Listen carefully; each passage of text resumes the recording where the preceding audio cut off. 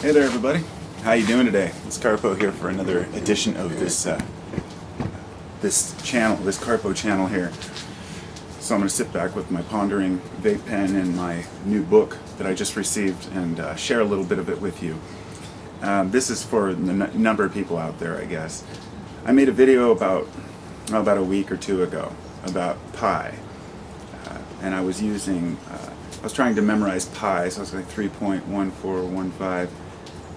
923836, God, I don't even remember now, but I was memorizing the first, say 20 digits of pi to help improve my memory, as well as because it's one of those numbers that is universal, that it will always exist as pi, and it's kind of a cool thing to know.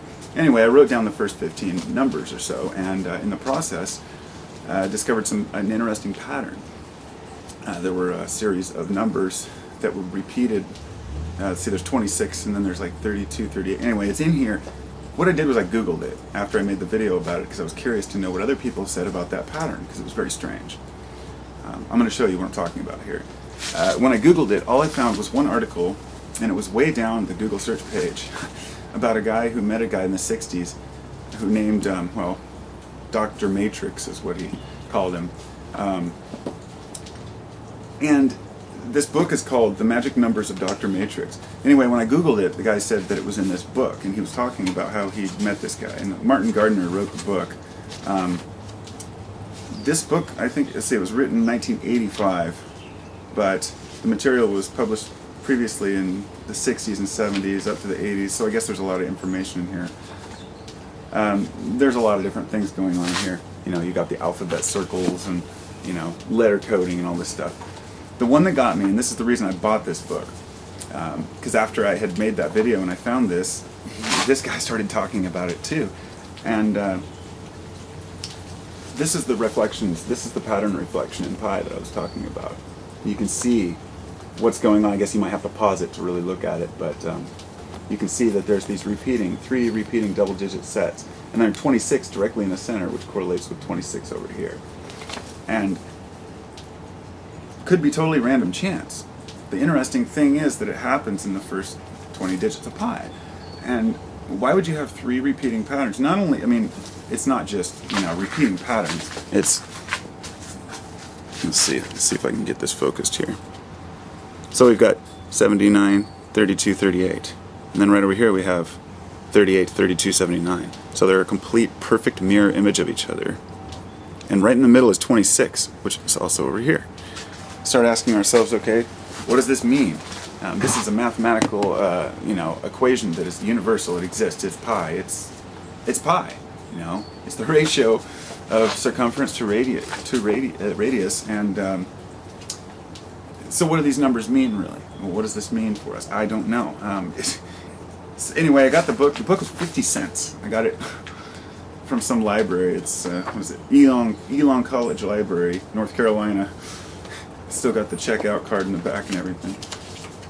Hasn't been checked out since 1990. So anyway, I guess maybe I'll talk a little bit about what it says.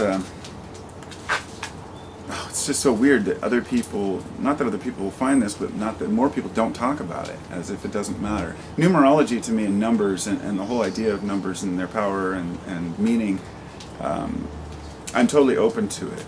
And I want to understand more. I realize that patterns are meant to catch our attention when we need to see them. And then you get into folks who take a very scientific approach and say, well, if you see numbers, it's just chance, if there's repeating numbers. But, my view is there is nothing that's chance. So, 26 is the weird number because it's kind of bracketed in the middle.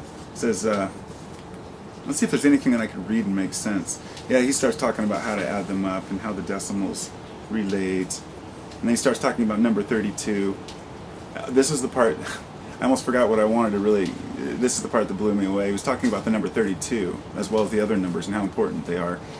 He says, I could talk for hours about that crucial number 32, Dr. Matrix continued.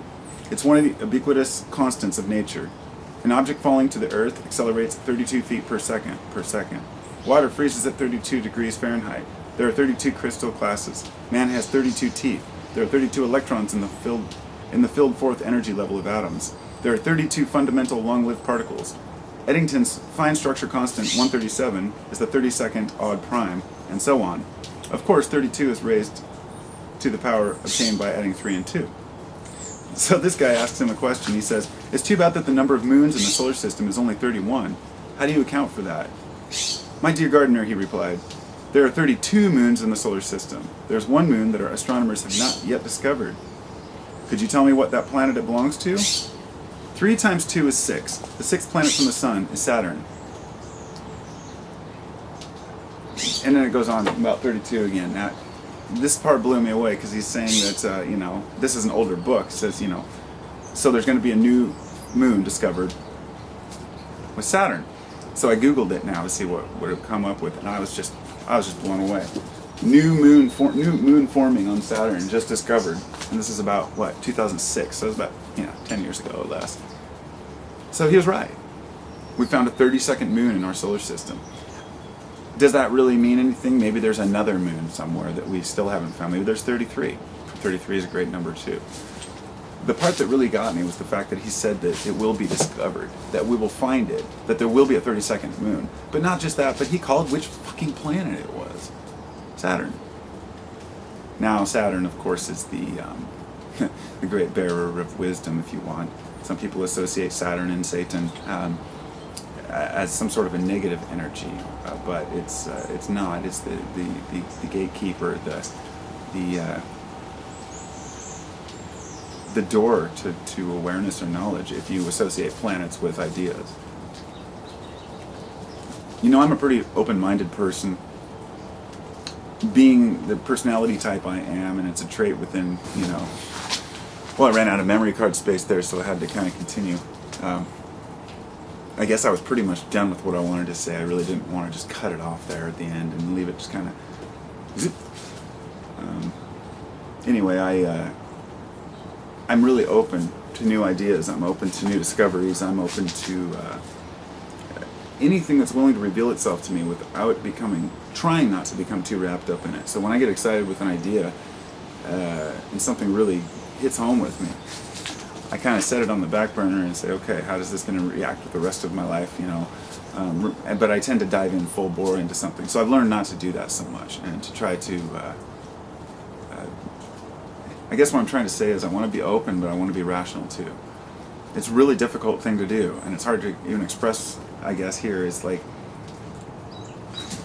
I have a spiritual nature that wants to just understand everything through symbols, archetypes, that gets it, that understands my place, that understands that everyone has equal freedom, that we're all part of this large organism, that there is a greater meaning to everything. And there's also part of me that says, well, humans generally want to grab onto those rationalizations and they want to create an idea. And so we go back and forth between, am I fooling myself or not? And at this point in my life, I realize that there is something greater. And fooling myself is trying to pretend like this is all there is, that the material world is existence. And that we live and die is just a preposterous notion. So I see great things in life and in the world, and I see the world as a great place. I don't see it as a scary place or a dangerous place. It just is a place. The place, the only place I know of.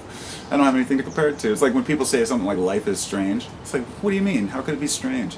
You could say a person is strange compared to another person, but how can you say life is strange if you can't compare it to the alternative? There is no alternative. Life is strange compared to death or non-existence. And I guess what it gets, you start to throw out some of the deeper meaningless philosophies, at least to me. The idea of free will and determinism is a huge philosophical issue, but to me I've moved beyond it. I have a different thought pattern on it. Good and evil or duality, I have no part in that. I believe everything is entwined, everything is wrapped in a perfect ball. It's not even a ball, it's just a big expression. The universe is a giant expression. And trying to express things through language is difficult because there's so many different languages, which is why if the universe, God, if the earth, whatever you say is something greater than yourself, wants to speak to you or to people, it's going to have to use a language which is universal. That language happens to be mathematics geometry. This is why Euclidean geometry and Pythagoras and all these. This is why the ancients, learned about math and shapes first. It was the most important thing to understand. It's like understanding the underlying structure of everything in existence. And today we have so much more potential to grasp on. There's so many new things that we can learn, and every day it's endless. Take advantage of that and don't become overwhelmed. But just being able to find an idea, then pick up a book, and just order it on Amazon and have it here in a couple days. Exactly what I wanted to learn about. It opens it up to. Are these people completely delusional? Are people making things up? Have people actually come up with mathematical equations based on ancient symbols that really don't make sense or don't have any purpose? No. And people spend lifetimes on these things. I think what it is that the average person doesn't want to take the time to get to understand it. It's like when I got that astrology book yesterday at Goodwill. I was just, I was enthralled by it because it just described me to a T. But when I started getting into the houses and the moons and the different charts and stuff, I couldn't figure it out. I couldn't comprehend it because I hadn't researched it much. It's easy to just throw it aside and say, oh well, it means nothing, or it's just a bunch of nonsense. I did that with a book called Tarot of the Bohemians, wondering, is this just is it even worth it? Maybe it's just nonsense, and maybe I'll come back and listen to it or understand it another day by coming back to it. And that's why I revisit ideas constantly. I wish I was a better mathematician. I wish I understood more about it, but I realize now, as I've gotten older, that the people who, it appears that they know and understand these giant equations, they don't. They're getting the equations from doing hypothetical mathematical problems, but understanding the equation is difficult. Fibonacci sequence, phi ratio, and all these different things. Anyway, just some talk about numbers. So I wish you all the best of luck on your journey and your day, and get out of Squaresville.